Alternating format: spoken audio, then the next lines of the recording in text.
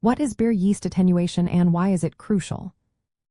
Imagine brewing a beer and wondering how dry or sweet it will turn out. The secret lies in how much sugar the yeast consumes during fermentation. That's where yeast attenuation comes into play. It measures how much of the sugar in the wort gets turned into alcohol and carbon dioxide. Brewers usually express this as a percentage, comparing the original gravity of the wort before fermentation to the final gravity after fermentation.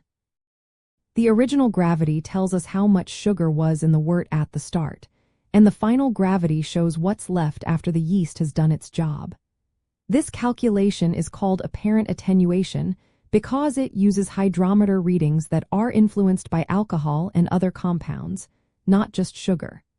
Attenuation shows how thoroughly the yeast ferments the sugars. When attenuation is high, it means most of the sugars are gone, making the beer drier, lighter in body, and with a higher alcohol level. When attenuation is low, some residual sugar remains, resulting in a sweeter, fuller-bodied beer. Several factors influence how much sugar yeast can ferment.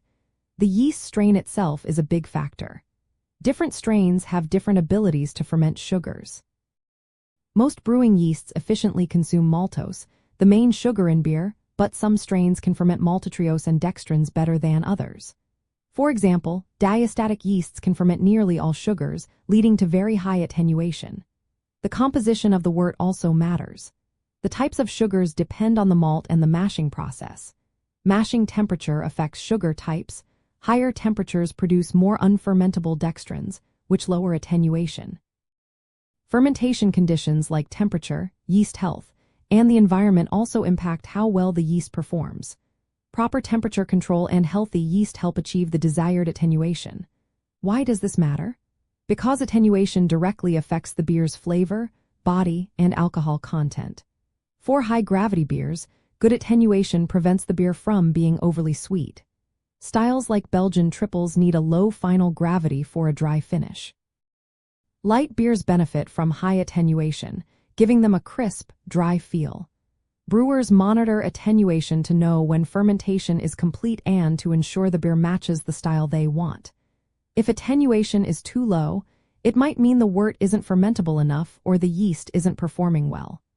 Adjustments can be made by changing the recipe, mashing process, or yeast management. In the end, yeast attenuation is a key part of brewing because it shapes how the beer tastes, feels, and how strong it is. Choosing the right yeast strain, controlling fermentation conditions, and understanding the sugar profile all help brewers craft consistent, enjoyable beers.